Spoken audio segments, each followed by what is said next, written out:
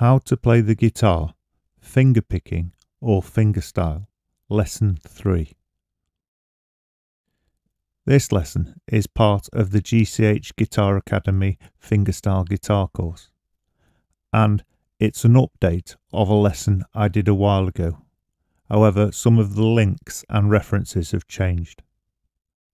However, because this is an update of an older lesson, the entire Book 1 of the Fingerstyle guitar course is finished and uploaded to YouTube. So I'll put a link to that complete playlist down below in the description.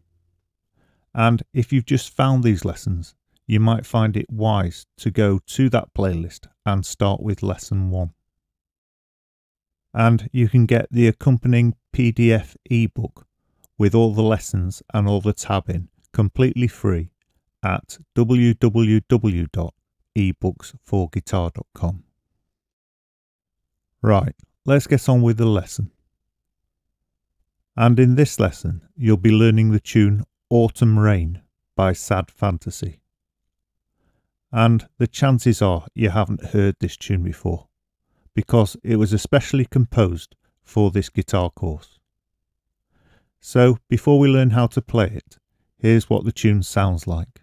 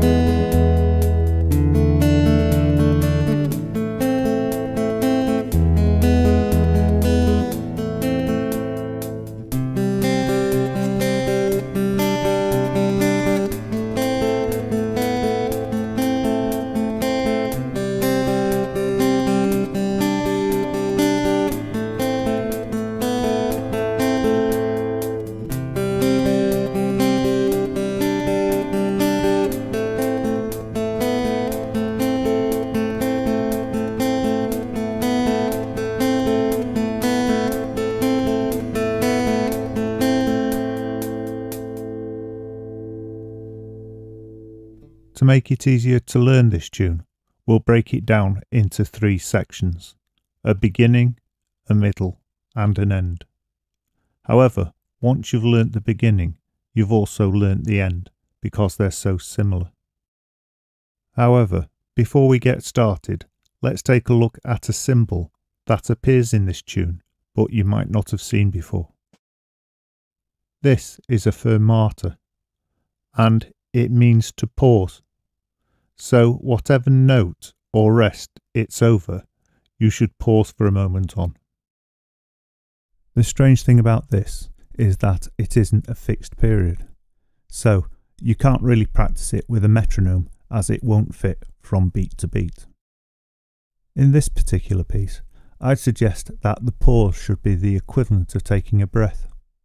Now, if you choose to take a breath quickly or slowly, that's entirely up to you. It's down to your own interpretation of the tune.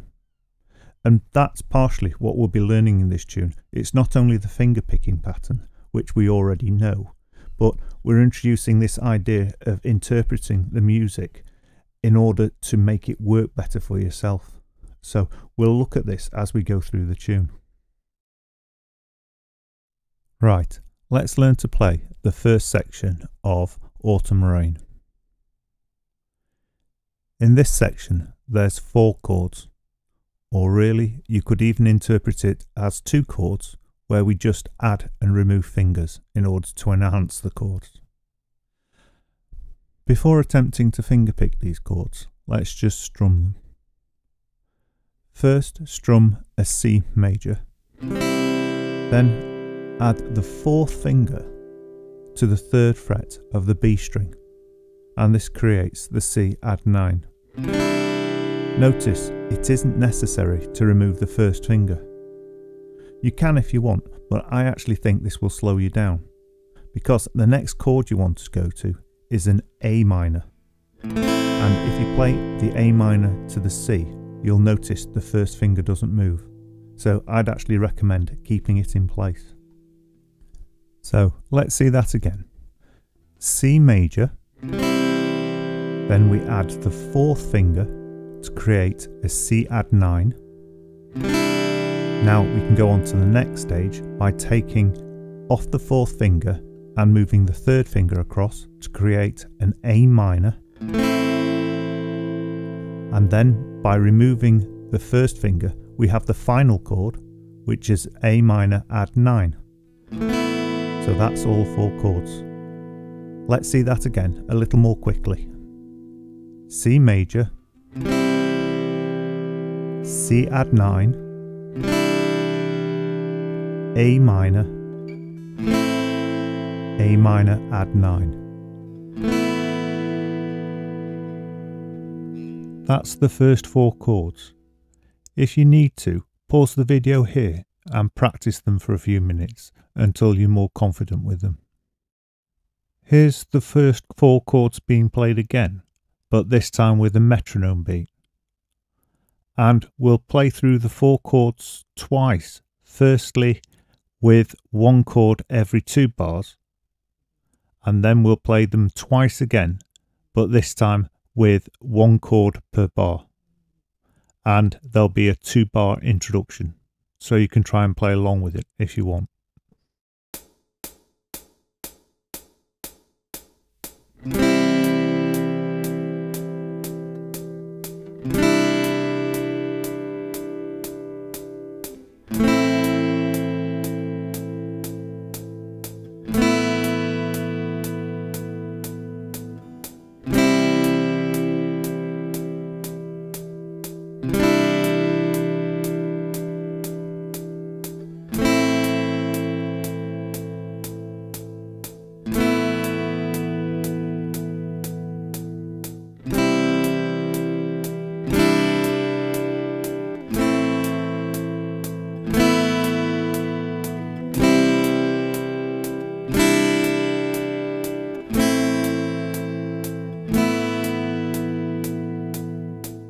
Once you feel fairly happy with those 4 chords and the chord changes, we can try adding the fingerpicking pattern now. This theoretically should be fairly easy, as it's exactly the same fingerpicking pattern we used in lesson 2. That is primary, index, middle, index. And we're using the same strings as well. So A, G, B, G. And for the first 4 chords, we stick with this fingerpicking pattern. So let's hear that being played slowly with a 2-bar introduction.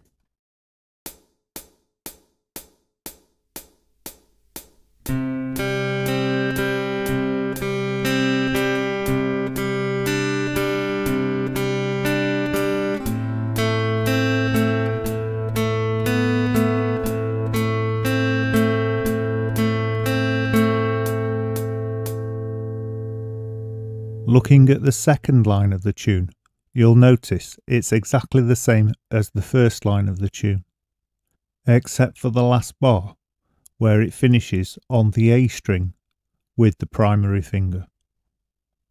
Let's hear that being played with a 2-bar introduction.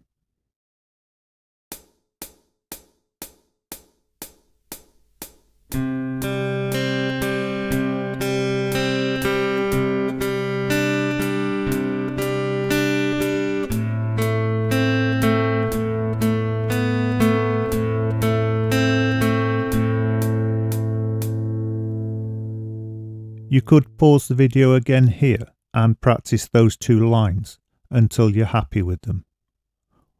Here they are being played anyway, slowly with a 2-bar introduction, so you can either try and play along if you think you're ready, or just listen to them.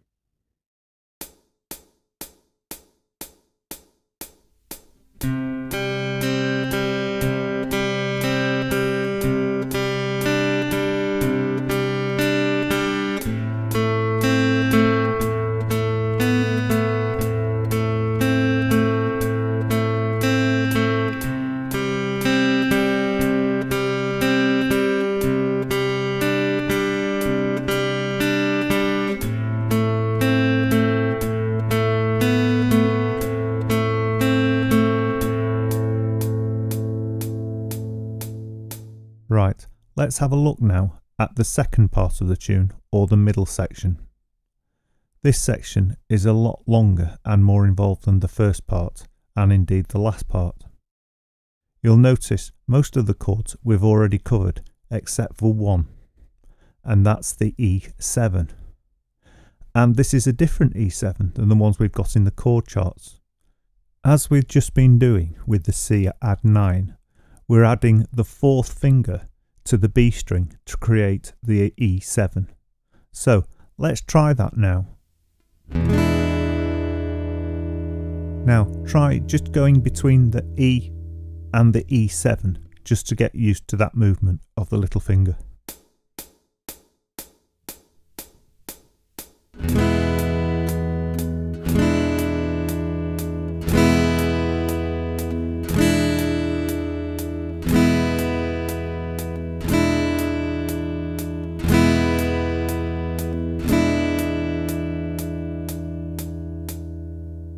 Right, let's have a look at the first line of the second section, going between the E major and the A minor. Straight away you'll notice that the chord shape is very similar, it's just on different strings. So if you can maintain that shape just moving it up and down the strings. This increases your speed. But beware of the finger picking. You'll notice the E major, we used the bottom E string as the bass note played with the primary, and with the A minor we play the A string with the primary. So as we change between these two chords, the primary finger must go between the bottom E string and the A string and back again.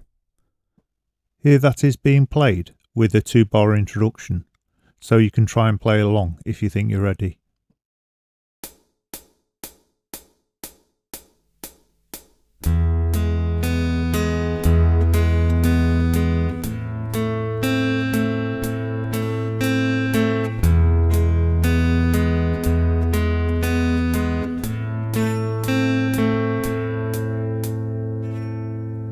Once you feel fairly comfortable with the first line of section 2, we can go on to the second line. Straight away you'll notice basically it's just the E major to the A minor again. However, this time by adding and removing fingers we're changing the chords and adding a slight variation to the melody to make the tune more interesting.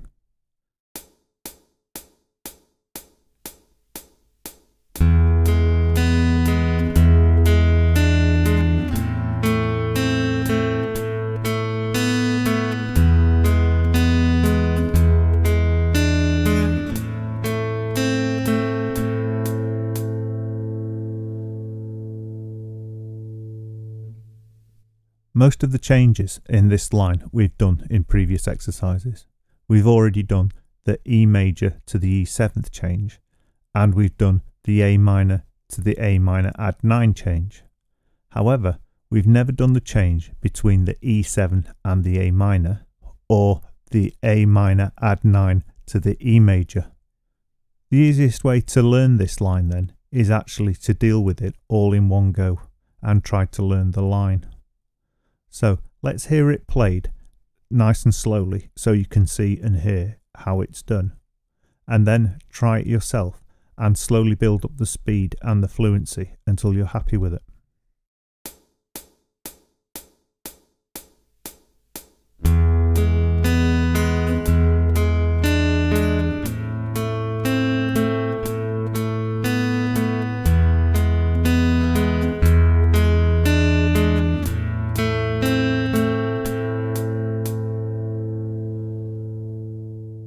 Once you're reasonably confident you can play lines 1 and 2 of the second section, the middle section, try bringing them together into one smooth flowing piece.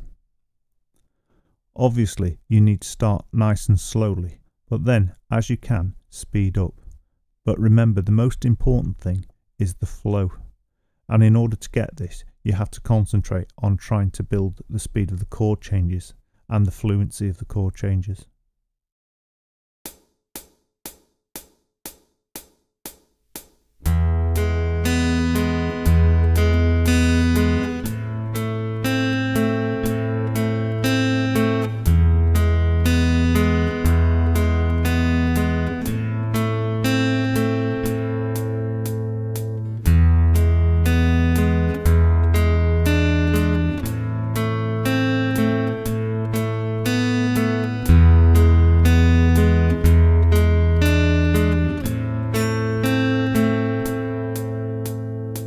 Let's see that again, showing both hands.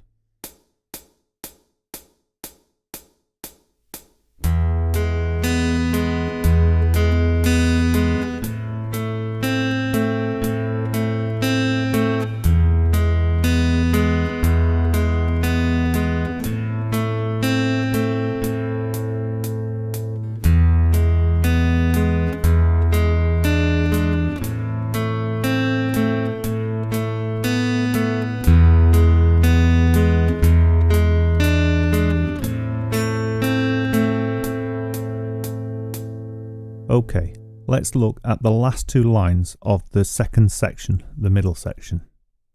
And you'll notice straight away both these lines contain the same chords, they're just in a slightly different order.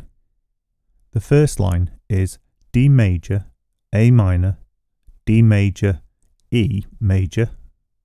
The second line is D major, A minor, E major, A minor. So really what you're concentrating on in these two lines is simple chord changes. However, beware with the finger picking. Remember that the primary finger always plucks the root of the chord. So for a D chord you play the D string, for an A chord you play the A string, and for an E chord you play the E string. And with these it doesn't matter if it's major, minor, seventh or whatever. It will always be the E, A, D, respectively. Right, let's hear the first line of this section played nice and slowly.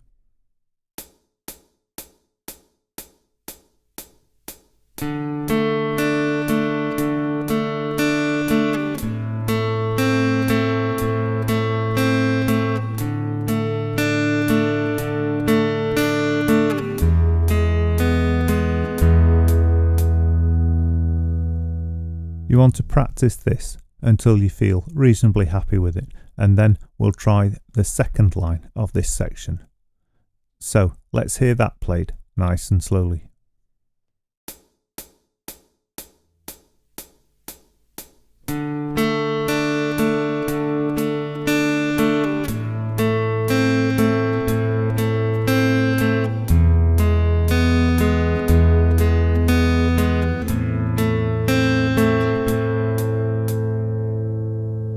Once you've played both lines of this section, with them being the same chords in different orders, we can bring them together quite quickly. So let's hear those two lines brought together nice and slowly.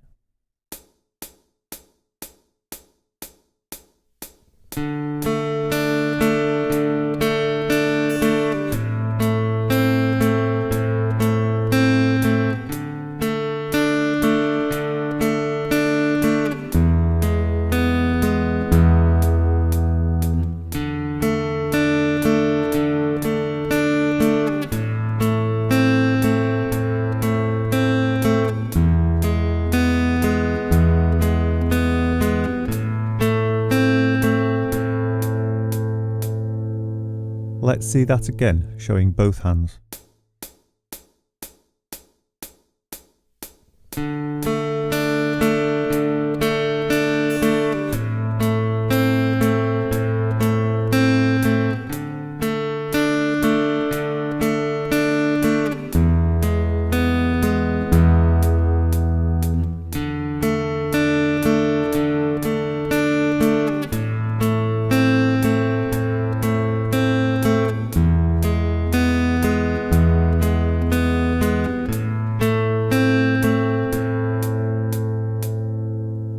important for me to mention at this point during the tutorial that you've already covered quite a lot of chords and chord changes. So don't feel you have to learn it all in one run of this video. You might find you need to stop the video in certain points and go away and practice parts and come back again. If that's the case, don't worry, that's quite normal. So don't panic and don't try to learn the tune all in one big long run. Take your time over learning this tune and you'll do a far better job of learning it that way anyway. Right, we need to have a special look at this last bar in the second section of the tune. You'll notice two things there that stand out. One is this new symbol, the pause symbol, that I briefly mentioned at the beginning of the video, and the second is the double lines and the double dot at the end of the stave. Firstly, let's have a look at the fermata symbol, and this symbol literally means pause. I always say, especially in a tune like this, the easiest way to gauge the sort of length of pause you should be taking is just to take a breath. However, how long you take to take that breath is entirely up to you. And this is one of the strange things about the pause symbol. It's down to the interpretation of the musician, how long it should be. Obviously, there's limitations, and obviously, if you pause it too long, you'll actually ruin the tune rather than adding to it. So, here's an example of how I treat this, going from here back to the beginning. So I'm going to play the last line of this section and then the first line of the beginning.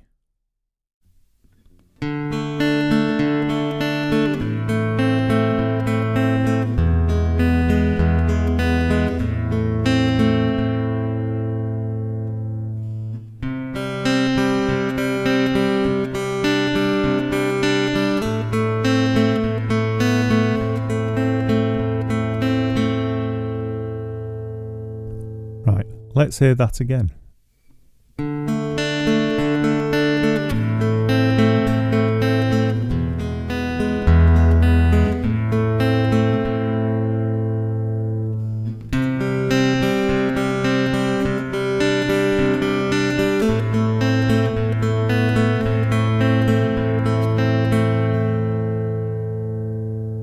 I'm sure you will have worked out by now that it's not really possible to use a metronome where you're doing things like pausing. Obviously, you'd have to try and pause the metronome, and this would be quite impractical. So this kind of tune doesn't really work with the metronome. Where I've used a metronome in this video, it's just to help you guys try and play over me, and I find it helps you to learn the tune.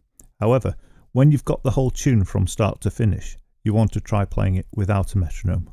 We'll look into this in more detail once we've gone through the entire tune. The other symbol in this bar is a repeat symbol. You'll see it there at the end with a double line and a double dot. You treat a repeat very much like you treat brackets, where there's always a second repeat somewhere.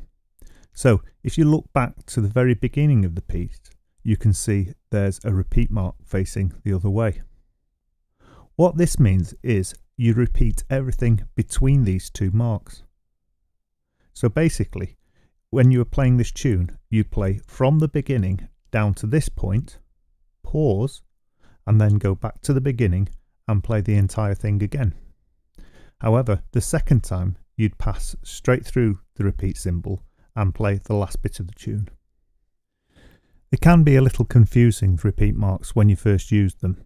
So if you look down below in the description, I've put a link to a previous video I've done on how to understand repeats.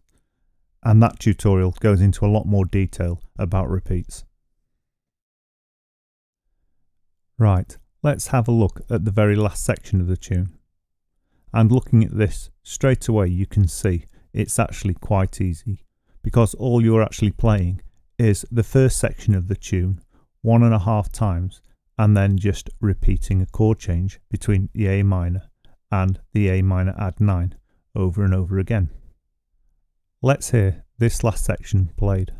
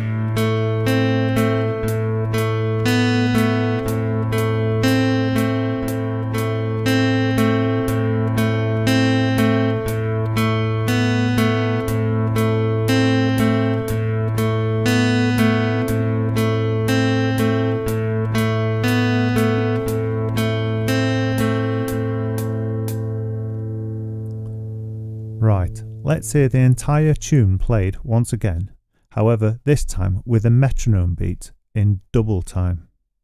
This is more accurate as the tune is based in quavers. In other words, each note you play is half a beat.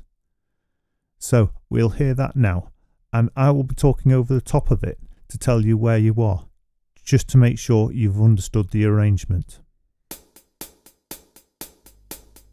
Start with section 1.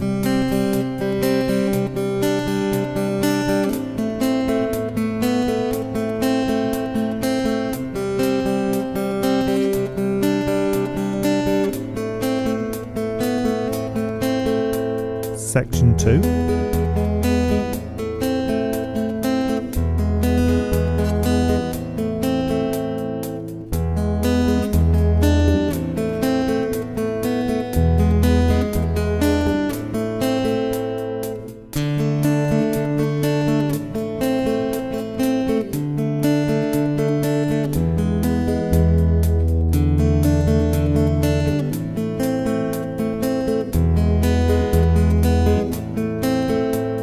Repeating right back to the beginning, so this is section 1 again.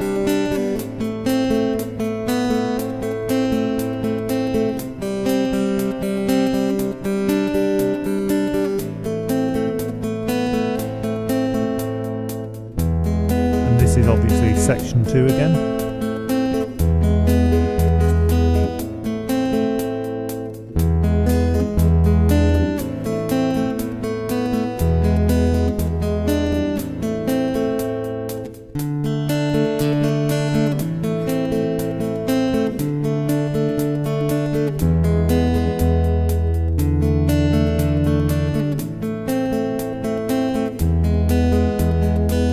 Now we continue straight through to section 3.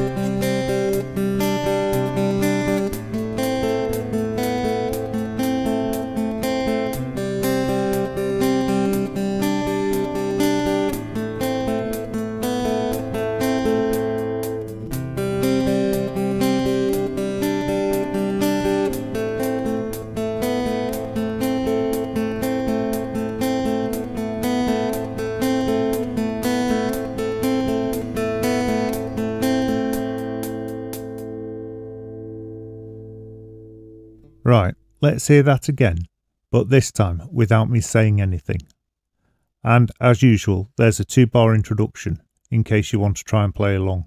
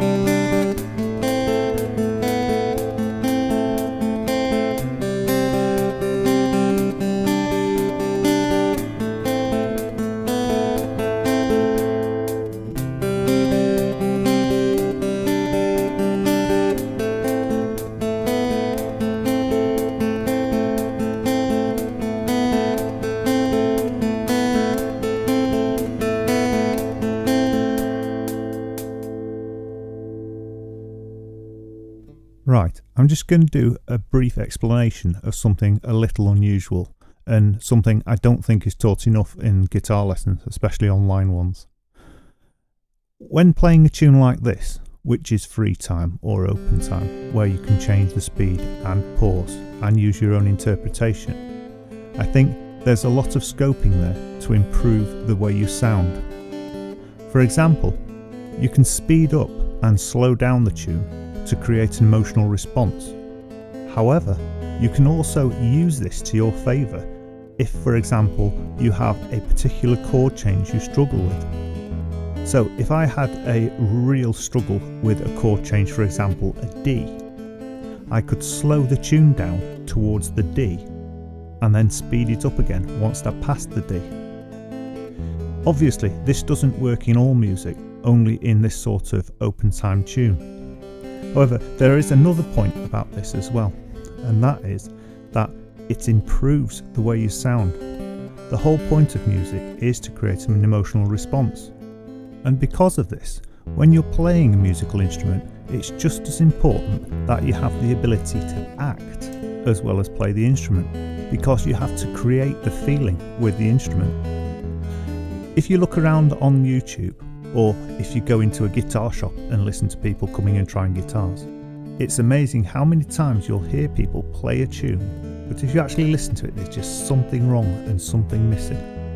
And 9 out of 10 times, this is what it is. It's easy to learn to play something technically. It's far more difficult to learn to play it and express it as a piece of music. And this is really important if you want to be a good guitarist.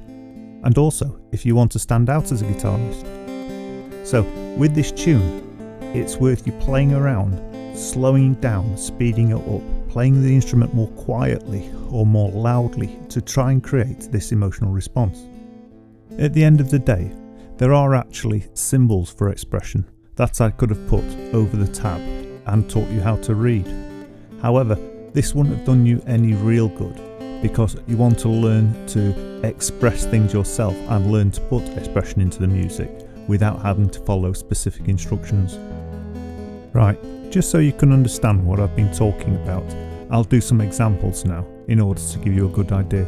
You can copy these initially and then try to develop your own ideas in time, because one day, hopefully, you'll be writing music yourself and you want your music to impress people who listen to it, and this is one of the ways of doing that. If you keep following this online course, we will eventually cover all the symbols for the different kinds of expression, so you can read it off the page or write it if you have to. Here's the complete tune one last time, but this time I'll play it without a metronome and I'll put in some expression. And to do this, I'll use just volume and speed. So just listen through this and try and copy the techniques when you do your own interpretation of this tune.